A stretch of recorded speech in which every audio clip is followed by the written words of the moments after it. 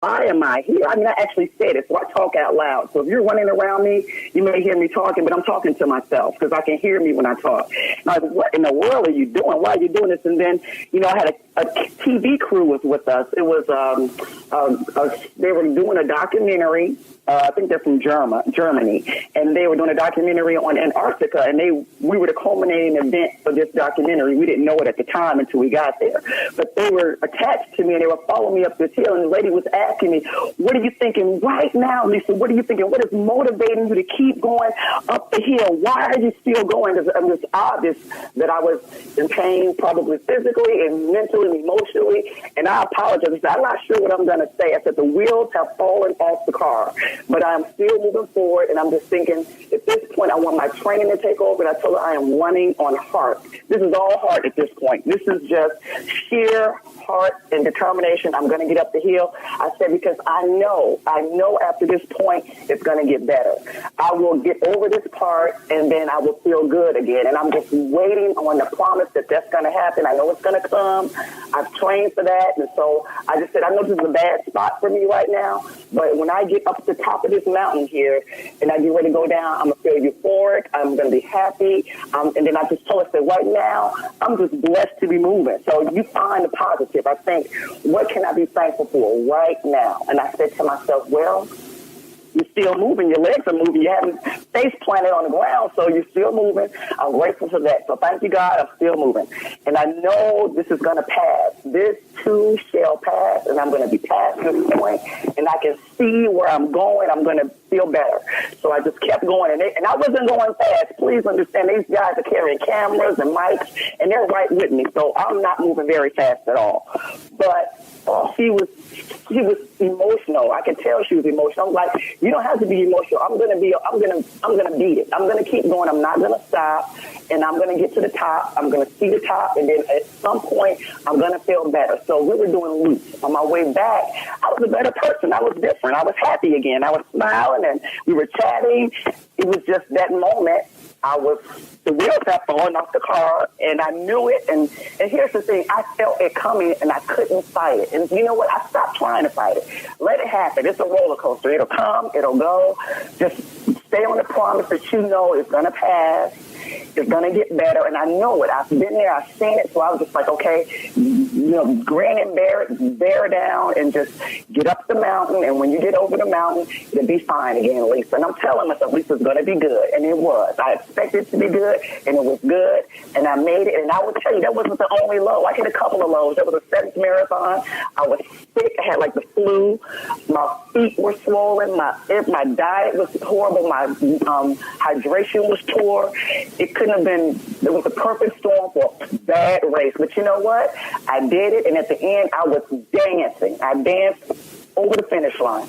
So mentally, it helped me more so because physically, I had probably broken down at some point. But I just knew. You always know it's going to be a better moment. It'll be a better day. It'll be a better heel. It'll be a better something. And you wait for it. You wait for that promise. You know it's coming, and you just wait. And I was waiting for it. And I knew what happened at that point, though. When she asked me, what is keeping you going? I was like, it's heart. I am running on heart, and I'm running on a promise that this is going to get better as soon as I get to the top of this mountain. I want you to take a breather for a second. Your excitement is coming through the phone, and I know everybody's picking up on it. Lisa, as you told me all that, I'm just sitting here smiling because there's a thing in literature called an allegory, a passion play, symbolism, things like that. Mm-hmm. What you just described that you get out of running and the way you approach running, I would like to put this on the table. Wouldn't that be a good attitude for everybody to have, and no matter what their passion is, no matter what they want to do with their life, is to approach it with the attitude that you just described, desire and heart, and know that it's going to get better, and this too shall pass? Oh, whoa. Just keep talking, Lisa. Come on, tell me some more. Why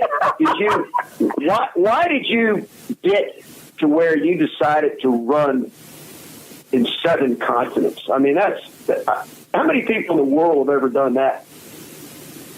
I don't believe there are many because Antarctica probably is the one that people fear the most, I would suspect. But, I had been running all my life, basically. And every time I find out there's something else out there that can be achieved in running, I go for it.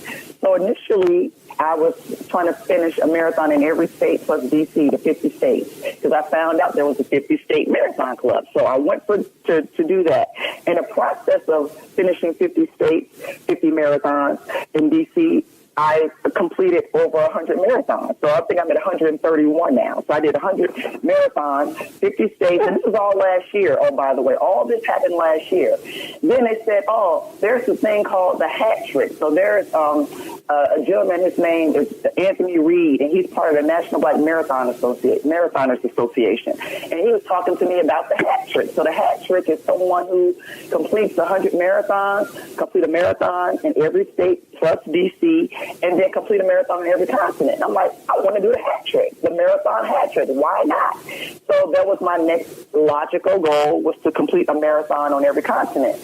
The 7 days came up because my husband bought it for my birthday, and he knew that I love back-to-back racing because I had done it with the state. So he knew this would be something I would be interested in. And was I? Oh, absolutely, I was interested.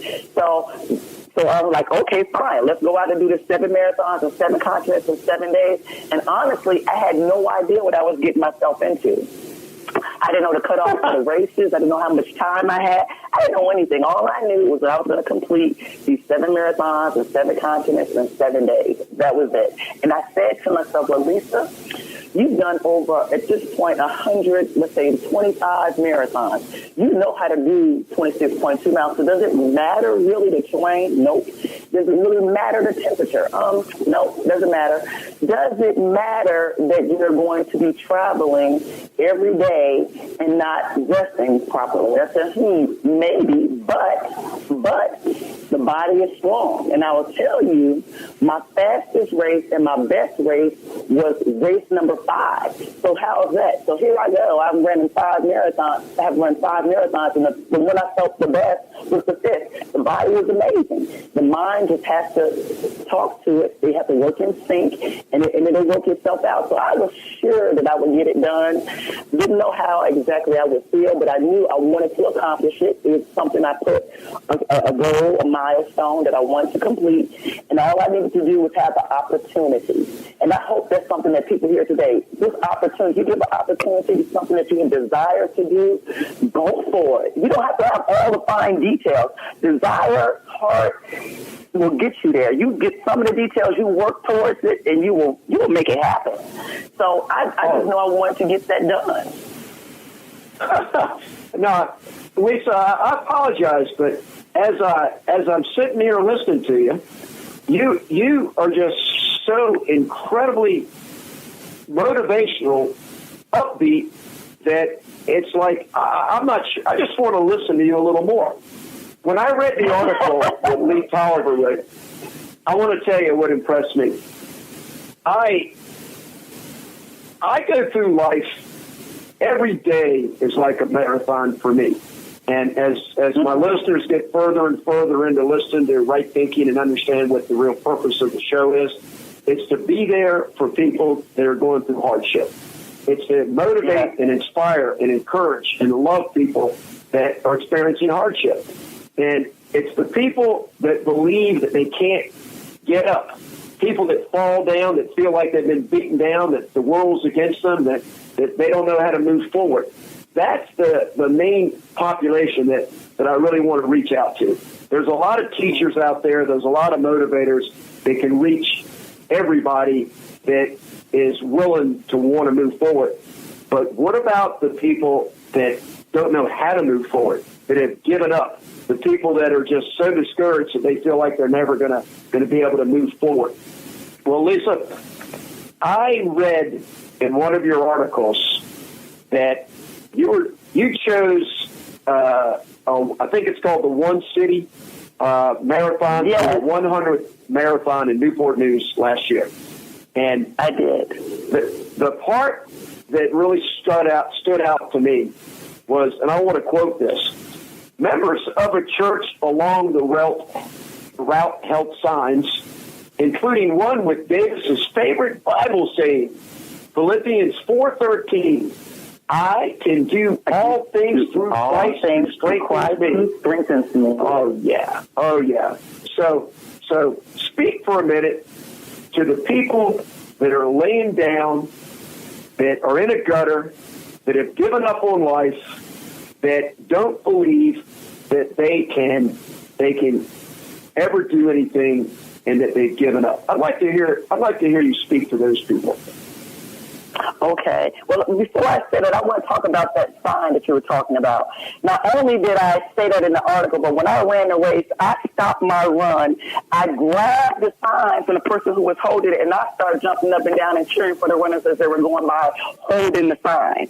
So next thing you know, we have a couple of other runners stopped too. So now we've taken over this church's little stop where they're cheering. We start cheering the other runners on ourselves, and I grabbed the sign, and they were clapping and smiling and having a good old time. It's like, I can't believe she just took our sign and she's sitting here cheering and jumping up and down with the sign. But I did, because it motivated me so much. I just felt like I wanted to do it, and I knew they would allow me. So it was great. But I will say this, when people feel like they have nothing, they're at the bottom of what they feel is the bottom. The bottom, they've hit rock bottom.